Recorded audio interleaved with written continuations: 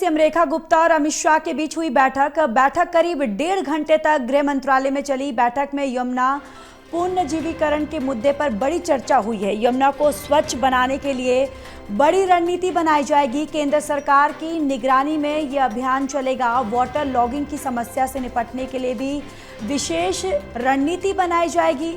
PWD, Delhi सरकार और गृह मंत्रालय की समन्वय समिति बनाई जाएगी। तो ये बड़ी जानकारी गृह मंत्री अमित शाह और मुख्यमंत्री रेखा गुप्ता के जो बैठक थी वो संपन्न हो गई है। और इस बैठक में ये निर्णय लिया गया है कि बैठक में यमुना पुनर्जीवीकरण के मुद्दे पर भी चर्चा हुई और जिसके बाद ये फैसला लिया गया कि यमुना को स्वच्छ बनाने के लिए एक बड़ी रणनीति जो है वो बनाई जाएगी। इसके साथ ही केंद्र सरकार की निगरानी में अभियान चलाया जाएगा।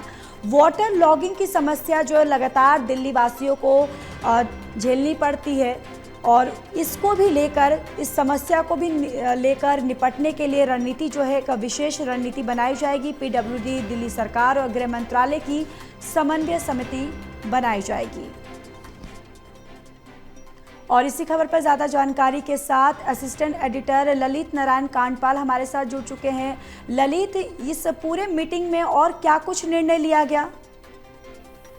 देखिए, बैठक में कई मुद्दों पर बातचीत हुई है कि आखिरकार यमुना की सफाई किस तरीके से की जाएगी।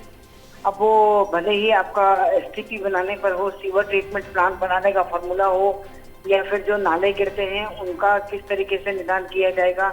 इसके अलावा यमुना में फ्लो को किस तरीके से बनाया रखा जाएगा, इसको लेकर भी एक चर्चा हुई है। साथ ही एक चर्चा ये भी हुई है कि जो भी काम होगा वो जो गृह मंत्रालय और दिल्ली सरकार की जो समन्वय समिति बनेगी, गृह मंत्रालय के निर्देश पर वो उस तरीके से काम करेगी। तो यहाँ पर जो है आज की बैठक में ये निर्णय निकल कर सामने आए हैं कि यमुना की सफाई को लेकर किस तरीके से काम आगे होगा, किस तरीके से एक्शन प्लान बनेगा और किस तरीके से पूरी रणनीति बनेगी, और जो कुछ भी होगा वो गृह मंत्रालय की समन्वय समिति के अंडर होगा। जी बिल्कुल। चलिए ललित, तमाम जानकारी के लिए धन्यवाद।